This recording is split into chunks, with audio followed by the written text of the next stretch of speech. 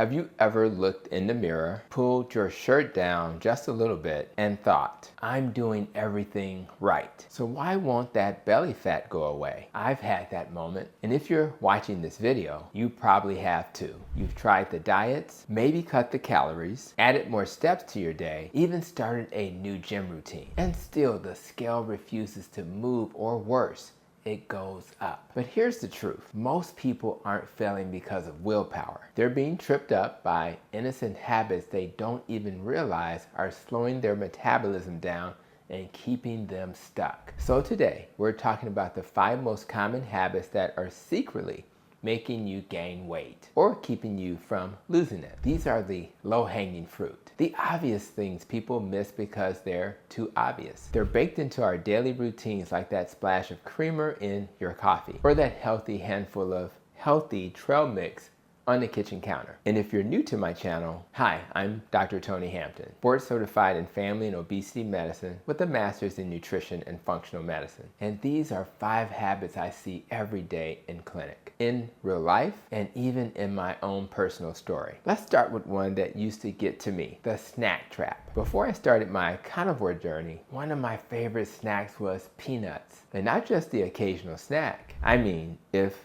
they were out on the counter, I was grabbing some every time I walked by. You take a few, then walk past again, take a few more, especially if they're salted. If they're unsalted, I can resist, but salted, forget it. It felt harmless. Peanuts are healthy, right? But here's the problem. Grazing all day long keeps insulin elevated. And when insulin is up, fat burning is shut off. Think of insulin as a switch. If it's on, the body stores fat. If it's off, your body burns fat. Constant snacking means that switch never flips to burn. You don't even need a big snack to do this. A handful of nuts, a few crackers, that post-lunch granola bar. All of these add up to insulin spikes throughout the day. And what's worse, you're not even hungry. You're just bored or stressed, or it's right there. So if you want to lose weight, one of the most powerful things you can do is stop eating between meals. Let your body rest. Let your insulin fall. Give your fat burning system a fighting chance. Now, let's talk about sleep, because people treat sleep like it's optional, like it's a luxury. But when it comes to fat loss, it's a requirement. A couple of years ago, I finally figured this out. I got serious about my sleep. I found that if I get 7 hours at night, I feel like a completely different person. More energized, less cravings, better mood, better focus. My wife, she's amazing. About an hour before bed, she'll hand me my blue light blocking glasses because she knows I'll forget. I've got a 10,000 lux mood light I use in the morning to sync my circadian rhythm. And we make sure the room is dark, cold, and quiet. And when I don't follow this routine, I feel it. I'm hungrier. My cravings go up. I'm more irritable. And that's not just my experience. It's science. Lack of sleep increases ghrelin, your hunger hormone, and decreases leptin, your satiety hormone. It raises cortisol, your stress hormone, which promotes belly fat storage. And it wrecks your insulin sensitivity. So if you're dieting and not sleeping, your body is under constant stress. And stress makes your body hold on to fat for survival. Want to burn more fat? Turn off Netflix early. Put the phone away. Set a bedtime. Make sleep your new superpower. Now let's go to the gym, because this next habit might surprise you. Have you ever noticed when you walk into a gym, a lot of people struggling with weight tend to be on the treadmill, and the ones who are leaner are usually near the weights. That's not a judgment. It's just an observation. And it speaks to one of the most common myths out there, that more cardio equals more fat loss. Listen, cardio is great for heart health, mood, and endurance. But when it comes to fat loss, cardio alone can actually backfire. Here's why.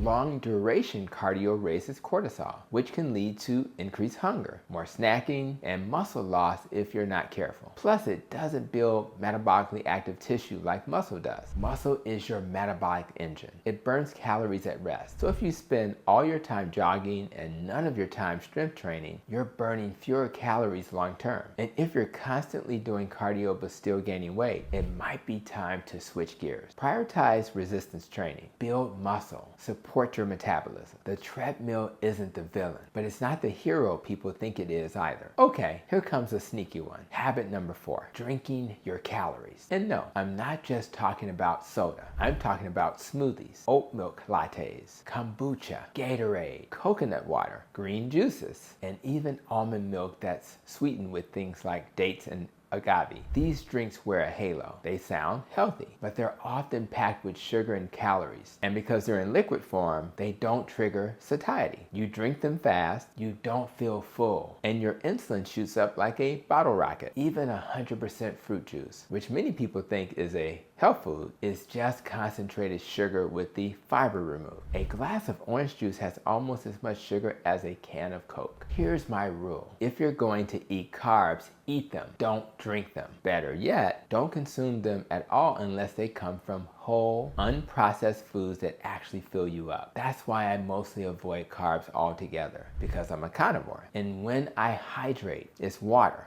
black tea, and mineral water. And many of my patients may have their mineral water with electrolytes just to remind them of their soda days, since many of the electrolyte packets come with some flavor. And that's it. Liquid calories sneak past your hunger radar and quietly sabotage your fat burning goals. And now, let's talk about a habit that might really surprise you. Eating too little. I know. That sounds counterintuitive, but some of you, especially my female patients, are eating like birds and wondering why the scale won't bulge. Here's why. When you chronically undereat, your body adapts. It slows your metabolism. It turns down thyroid hormone. It preserves fat and burns muscle. You're teaching your body that food is scarce, so it clings to every calorie like it's the last one on earth. This is called metabolic adaptation or starvation mode. It's real and it's a trap. What usually happens is people eat too little for too long. They start to feel exhausted and deprived, and then one day they binge hard and the weight comes back fast, often with interest. You've got to fuel your body, not starve it, especially if you're fasting or following a low carb or carnivore plan. That doesn't mean overeating. It means nourishing yourself properly with enough protein, fat, and micronutrients to support your metabolism and hormones. Undereating is just as much of a problem as overeating, and it's usually invisible because it looks like discipline. But if your body's begging for nourishment,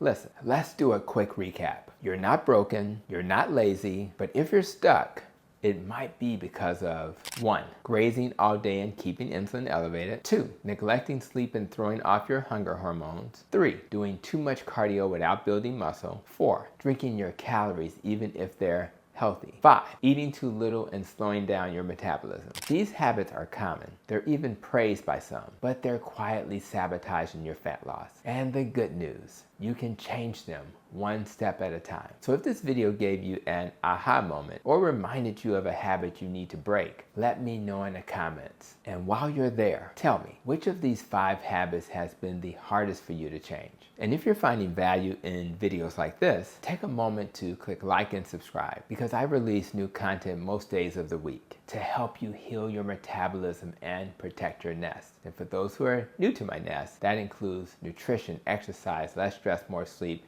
and of course protecting your thoughts. And if you want to go deeper into the science of fat loss and hormones, I've got a full playlist linked in the description. And of course, I encourage you to check out the video right here on the screen. And if you haven't already, click here to subscribe to my channel. Fix the low-hanging fruit, heal your habits, and remember, fat loss doesn't start in your mouth, it starts in your mind. I'll see you in the next video.